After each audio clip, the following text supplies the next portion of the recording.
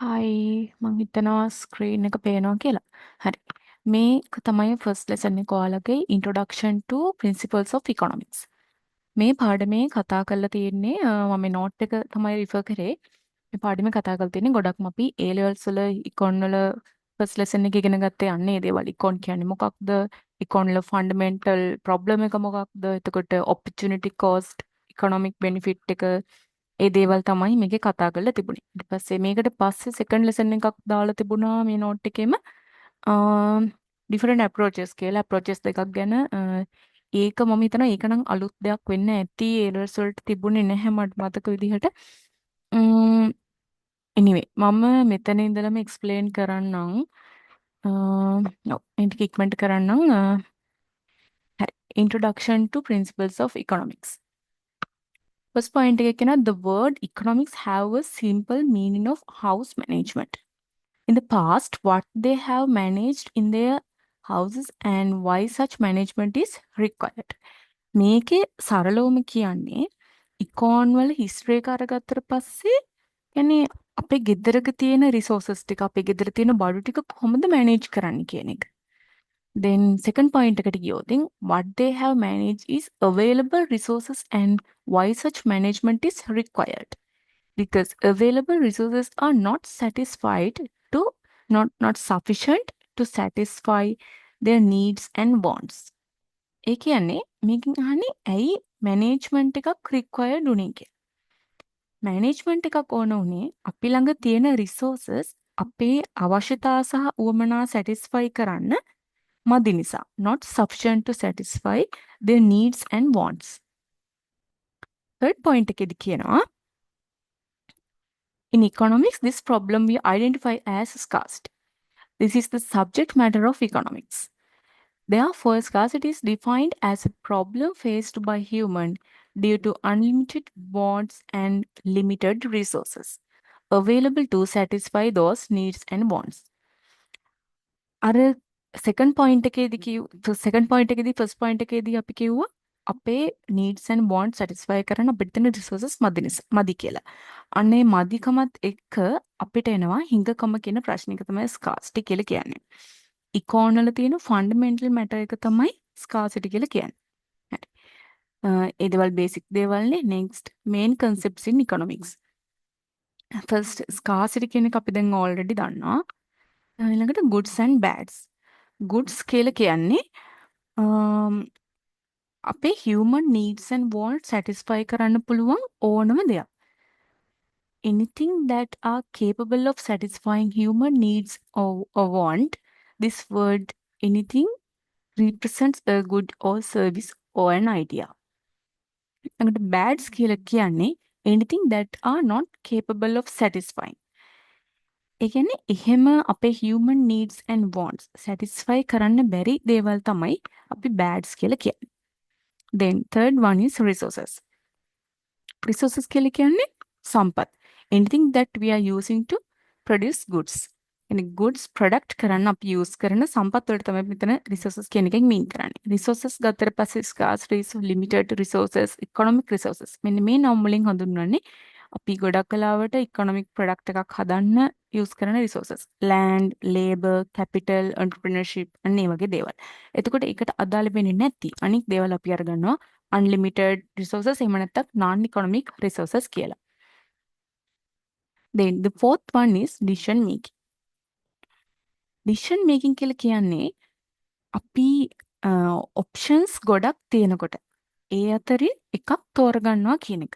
කියන්නේ when there are different alternatives, choices, options, selecting one among of them as the best alternative is called decision making. අපිට options, alternatives and choices ගොඩක් තියෙනවා නම් ඒ අතරින් අපි එකක් තෝරගන්නවා අන්න ඒ decision එක තමයි අපිට තියෙන හොඳම option එක කියලා. අන්න ඒ option එක තමයි අපිට තියෙන හොඳම option එක කියලා අපි එකක් තෝරගන්නකොට ඒකට අපි කියනවා අපි decision එකක් make කරනවා කියලා. Decision making mainly two parts, economic decision making and non-economic decision making. So economic decision making is any decision that is related with economic resources. And the other one is related with non-economic decision making. So අපි මෙතන කතා කරන්නේ economic resources and non-economic resources කියලා. මෙන්න මේ දෙක මත තමයි depend වෙලා තියෙන්නේ. මෙන්න මේ decision making කියන එක මෙන්න මේ විදිහට කොටස් දෙකකට බෙදන්න. Then the next topic is opportunity cost. Opportunity cost කියලා කියන්නේ අපි බලමු තියෙන එක when there are different options available and selecting one as the best option. The benefit or the net benefit of the next best option. Foregone is the opportunity cost. ඒ කියන්නේ අපි several options වලින් one option select කරගත්තට පස්සේ අහිමි වුණ option වලින් තියෙන best එකට අපි කියනවා opportunity cost එක කියලා. net benefit එක හොයන්නේ මෙතන net benefit කියලා කතා කරන්නේ අපි. net benefit එක හොයන්නේ marginal benefit එකෙන් marginal cost එක අඩු කරලා. එතන පල්ලෙහා තියෙනවා මේ දෙකේ definition එකක් දීලා. Marginal benefit. The additional benefits gained by as a result of taking a one particular decision. Marginal means in here, let's say, අමතර කියන එක තමයි marginal කියන එකෙන් අපි mean කරන්නේ. And let's say simply the extra good things you get from making a specific choice. That means the marginal benefit. And let's say about the marginal cost, the additional costs to be paid by as a result of taking a one particular decision. As I said like before, the extra cost you have to pay for making that specific choice. That means the marginal cost. Then in here, another point, this concept of opportunity cost can be used in two ways in decision making. It's as follows: to make a right decision at first point and to evaluate a decision whether it's right or wrong. Okay. So next අපිට දීලා තියෙනවා decision rule එක කියලා economic profit එක හොයන විදිය. economic profit එක හොයන්නේ මෙතන එන්න ඕනේ සමාන ලකුණු. economic profit එක හොයන්නේ accounting profit එකෙන් minus කරනවා opportunity cost or implicit cost. Both are the same meaning. opportunity cost එක අඩු කරනවා අපි accounting profit එකෙන්. මොකටද economic profit එක හොයන්නේ. accounting profit එක ගන්න විදිහ මෙතන දීලා තියෙනවා external benefits වලින් external cost එක අඩු කරන්න කියලා. මෙන්න මේ accounting profit කියන එකේදී අපි කතා කරන්නේ අපි calculate කරලා ගන්න revenue එකෙන් explicit cost එක අඩු කරාට පස්සේ එන අගය. මෙතන explicit cost එහෙම නැත්නම් external cost කියලා කියන්නේ let's say as examples rent expense එක then salaries and wages bill payments අන්න ඒ වගේ ඒවා.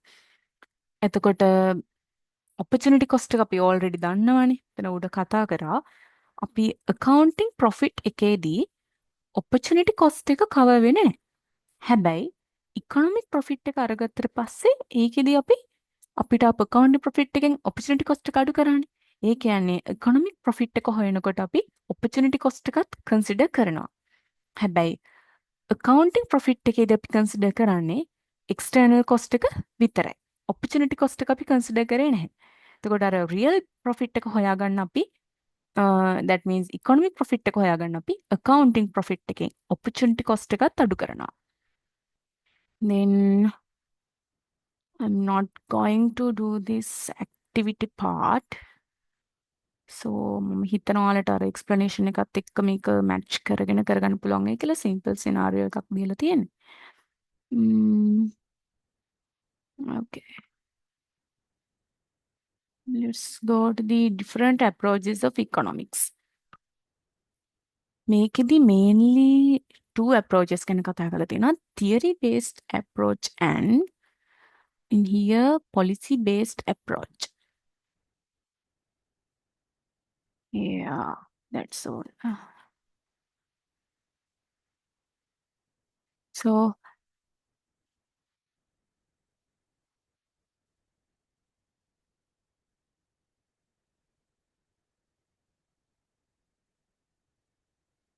theory based approach. Theory based approach එක ගැන මම briefly explanation එකක් දුන්නා. මේක involve වෙන්නේ ගොඩක් කලාවට models develop කරන්න. මොකටද economic agents ලගේ behavior එක explain කරන්න. ඉකොනොමික් ඒජන්ට්ස්ලා කියලා කියන්නේ කවුද? ඉකොනොමික් ඒජන්ට්ස්ලා කියන්නේ කන්සියුමර්ස්ලා, එතකොට ෆර්ම්ස්, කියන්නේ බිස්නස් ඉන්ස්ටිටියුට්ස් ඇන්ඩ් ගවර්න්මන්ට් අන්න ඒ වගේ අයගේ ඉකොනොමික් බිහේවියර් එක ආර්ථික හැසිරීම එක්ස්ප්ලেইন කරන්න අවශ්‍ය වෙන මොඩල්ස් ඩෙවලොප් කරන්න තමයි අපි මේ තියරිස් යූස් කරන්නේ. එතකොට අපි පර්පස් එක විදිහට අරගත්තොත් මෙන්න මේ අප්‍රෝච් එකේදී අපිට අවශ්‍ය වෙන ඉකොනොමික් ෆැක්ටර්ස් අන්ඩර්ස්ටෑන්ඩ් කරගන්න ඒ වගේම ප්‍රෙඩික්ට් කරන්න අපිට මේ තියරි බේස්ඩ් අප්‍රෝච් එක ඕන වෙනවා. එක්සාම්පල් එකක් විදිහට කිව්වොත් ඩිමාන්ඩ් සප්ලයි තියරි එක, මෙතන තව දෙකක් දෙලා තියෙනවා යූටිලිටි තියරි එක. අන්න ඒ වගේ.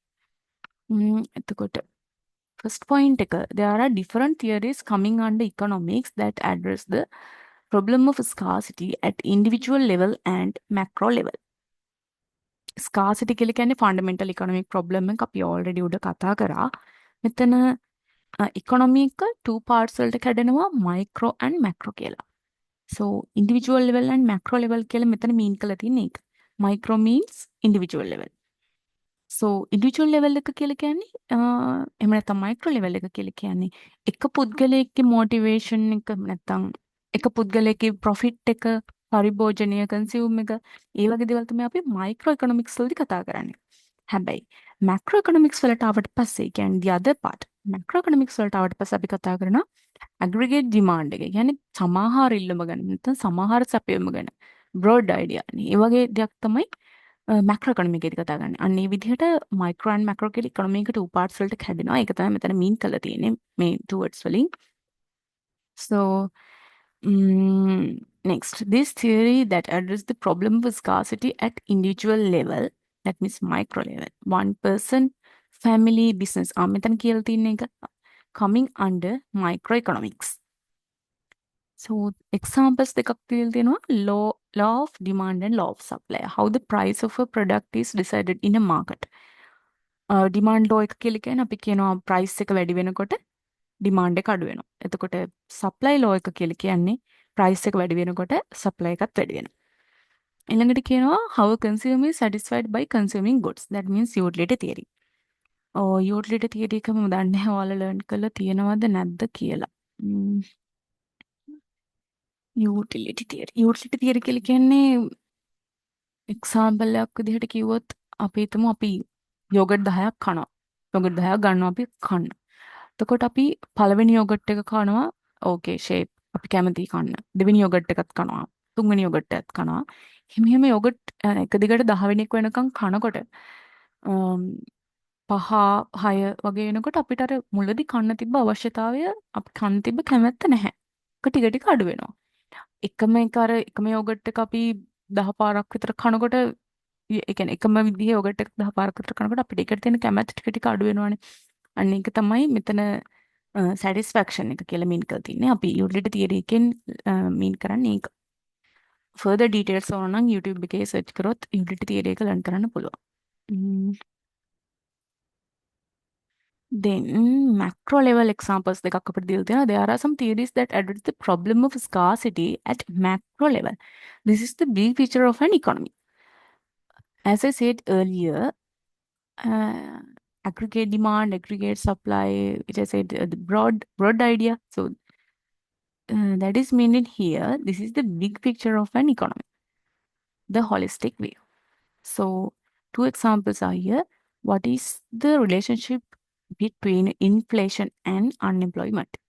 That is represented by Phillips model.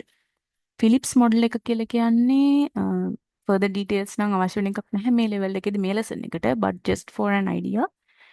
short run එකේදී inflation එකයි unemployment එකයි අතර තියෙන relationship එක තමයි අපි Phillips model එකේදී පෙන්වන්නේ. මෙන්න මේ වගේ just graphically represent කරොත් මේ පැත්තේ inflation එක තියෙනවා, මෙතන unemployment එක තියෙනවා. That's it. So how the aggregate production or income will be decided? කියන්නේ Keynesian model එක. Keynesian model එක කියලා කියන්නේ aggregate demand එක economic activities වලට බලපාන හැටි තමයි මේකෙන් Keynesian model එකෙන් represent කරන්නේ. Okay. Then මම හිතන ටික තේරුණා කියලා ඔයාට. Next one is policy based approach. policy based approach එකේදී දැන් අපි කලින් කතා කරා theory based approach එක. දෙවෙනි එක තමයි policy based approach එක.